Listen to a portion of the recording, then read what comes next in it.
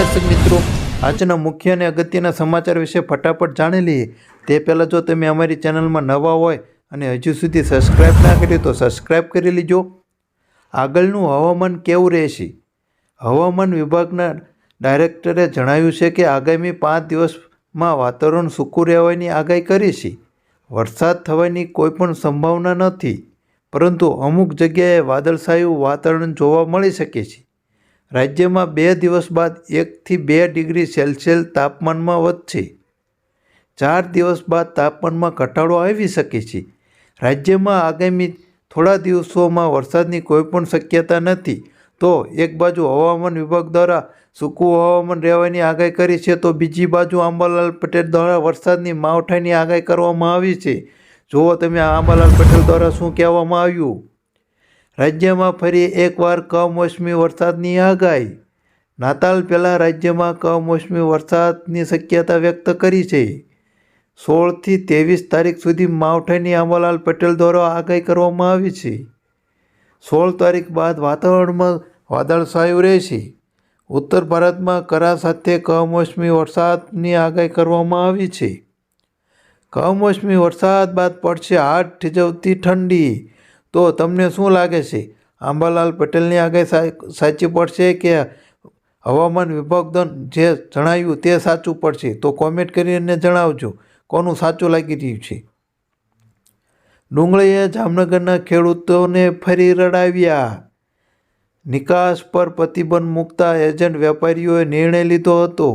નિકાસને લઈને નવી જાહેરાત ન થાય ત્યાં સુધી હરાજી તદ્દન કરી બંધ.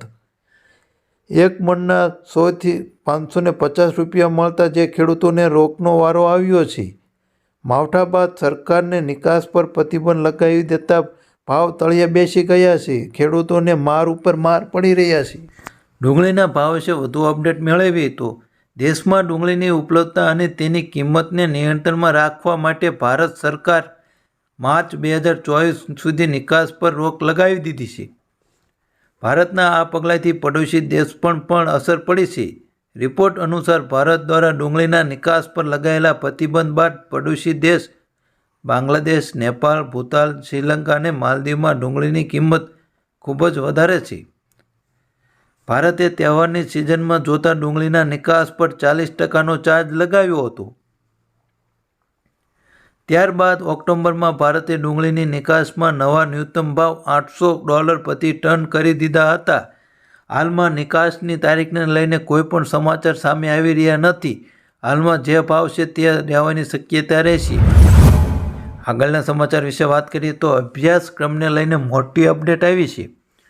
ગુજરાત માધ્યમિક અને ઉચ્ચ માધ્યમિક શિક્ષણ બોર્ડ ગાંધીનગર દ્વારા ઉચ્ચ માધ્યમિક વિભાગના વિજ્ઞાન પ્રવાહના વિદ્યાર્થીઓને degree, engineering degree, diploma, pharmacy અભ્યાસક્રમોમાં પ્રવેશ મેળવવા માટે લેવામાં આવનાર ગુજરાત કંટ્રોલ ટેસ્ટ ગ્રેજ્યુએટ 2024ની પરીક્ષા જે 2/4/2024ને મંગળવારના રોજ જે લેવામાં આવવાની હતી, જેની તારીખમાં ફેરફાર કરવામાં આવ્યો છે.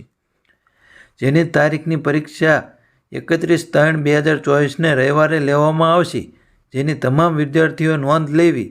ગુજકેટની તારીખમાં ફેરફાર કરવામાં આવ્યો છે. જે પરીક્ષાની તારીખ પહેલાં હતી તે અત્યારે હાલમાં નવી અપડેટ કરવામાં આવી છે. ₹1 લાઇટ બિલને લઈને મોટી અપડેટ સામે આવી રહી છે. અમરેલીના કુકાવાડામાં ખેડૂતોને ₹1 વીજ બિલ બાકી હોવાની નોટિસ મામલે પીજીવીસીએલે નાના કર્મચારીની બદલી કરીને દંડ્યા છે. ₹1ની નોટિસ આપ્યા બાદ મહિલા કર્મચારી પીજીવીસીએલ દ્વારા બદલી કરવામાં આવી છે. અધિકારીની બદલે નાના કર્મચારીને જવાબદાર ગણી કુકાવાવથી રાજુલા બદલી કરવામાં આવતી નાના કર્મચારીઓમાં રોષ જોવા મળી રહ્યો છે. જે કર્મચારીને સજા કે દંડ થવાની હતી તેમને કાંઈ પણ ના થયું અને નાના કર્મચારીને સજા કરવામાં આવી છે. આગળના સમાચાર વિશે વાત કરીએ. સમાચાર સામે આવ્યા છે. ઠંડીની વાટ જોતા ગરમ કાપડનું બજાર જોરમાં છે. શિયાળાની શરૂઆત થતાં જ અમદાવાદમાં ગરમ કાપડના વેપારીઓનું આગમન થઈ ચૂક્યું છે. દર વર્ષની જેમ આ વર્ષે પણ ડિઝાઇનર જેકેટ, સ્વેટરનું વેચાણ શરૂ થઈ ગયું છે. ગયા વર્ષની સરખામણીએ 20% જેટલો ગરમ કાપડના ભાવમાં વધારો થયો છે. ગરમ કાપડ ખરીદતા પહેલાં લોકો માટે મોટો પ્રશ્ન છે કે ક્યાંથી ખરીદવું અને કેવું ખરીદવું. જો તમારે પણ ખરીદી બાકી હોય તો 20% સુધીનો ભાવ વધારો તમારે પણ ભરવો પડશે. આગળના સમાચાર વિશે વાત કરીએ તો ડુંગળીના ભાવને લઈને મોટી મહત્ત્વની અપડેટ. લાલ ડુંગળીએ ખેડૂતોને રાતા પાણીએ રડવાનું શરૂ કરવા રાખ્યું છે. એક બાજુ સરકારે ડુંગળીની નિકાસ બંધ કરતાં એક જ દિવસમાં ભાવમાં કડાકો થયો છે. ડુંગળીની નિકાસ બંધ થતાં અનેક દિવસો બજારમાં હરાજી પણ બંધ રહી હતી. 14 તારીખે સવારના ડુંગળીની હરાજીની શરૂ કરવામાં આવી હતી. ગોંડલ માર્કેટ યાર્ડમાં ગઈ રાત્રિના 80,000 કટ્ટાની આવક થવા પામી હતી. હરાજીમાં ડુંગળીના ભાવને લઈને ખેડૂતો ન મળતા ખેડૂતો પોતાની ડુંગળી નેશનલ હાઈવે પર નાખી દીધી. ડુંગળીને લઈને આવતા તમામ ખેડૂતોને હાઈવે પર ઉતાર્યા હતા અને વિરોધ પ્રદર્શન કરવા માટે ખેડૂતો ખૂબ જ લાચાર બની ગયા છે, કારણ કે ડુંગળીનો ભાવ મળતો નથી. આગળના સમાચાર વિશે વાત કરીએ તો પોલીસ ભરતીને લઈને મોટી અપડેટ આવી રહી છે. પોલીસ કર્મીઓને લઈને મહત્ત્વના સમાચાર સામે આવ્યા છે, જેમાં હાઈકોર્ટે પોલીસ ભરતીને અંગે માહિતી આપતા સરકાર ગુજરાતને આદેશ આપ્યો છે. વર્ષ 2023ની સ્થિતિએ મુજબ ખાલી પડેલી જગ્યા ભરવાનો આદેશ પણ આપ્યો છે. ગુજરાત હાઈકોર્ટે કહ્યું છે કે કેટલાક પોલીસ કર્મીઓની ભરતી કરી છે, તો બીજી તરફ લોકસભાએ ગુરુવારમાં શિયાળુનું સત્ર શરૂ થઈ ગયું ત્યારે કોંગ્રેસના 15 સાંસદોને બાકીના શિયાળુ સત્રમાંથી સસ્પેન્ડ કરવામાં આવ્યા છે. આગળના સમાચાર વિશે વાત કરીએ તો રાજકોટ માર્કેટના ભાવ વિશે વાત કરશું. રાજકોટ માર્કેટ યાર્ડમાં વહેલી સવારથી પાકોની આવક થવા પામી હતી. રાજકોટ માર્કેટ યાર્ડમાં કપાસ, મગફળી, સોયાબીન, લસણ, કઠોળ અને શાકભાજી સહિતના પાકોની મોટા પ્રમાણમાં આવક થઈ હતી.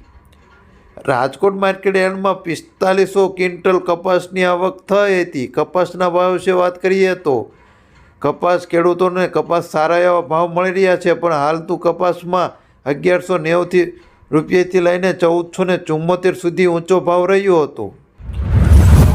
આગળના સમાચાર સોનાના ભાવને લઈને મોટી અપડેટ, મહત્ત્વના સમાચાર. જો તમારે પણ સોનું ખરીદવાનું હોય તો તમે પણ સાંભળી લો આ ન્યૂઝ. ગયા અઠવાડિયે પિકઅપ પર સોનું પહોંચ્યા બાદ સોનાની કિંમત ઘટી રહી હતી, પરંતુ આજે ઘટાડા બાદમાં બ્રેક લાગી ગઈ હતી અને ગોલ્ડના ભાવમાં આજે 1000 રૂપિયા સુધીની તેજી જોવા મળી હતી. જો તમારા ઘરમાં પણ લગ્ન છે અને તમે પણ ગોલ્ડ ખરીદવાની ઈચ્છા ધરાવતા હોય તો તમારે આજે જ સોનાનો ભાવ જાણી લેવો જોઈએ. ચાંદીની કિંમતની વાત કરીએ તો 77,500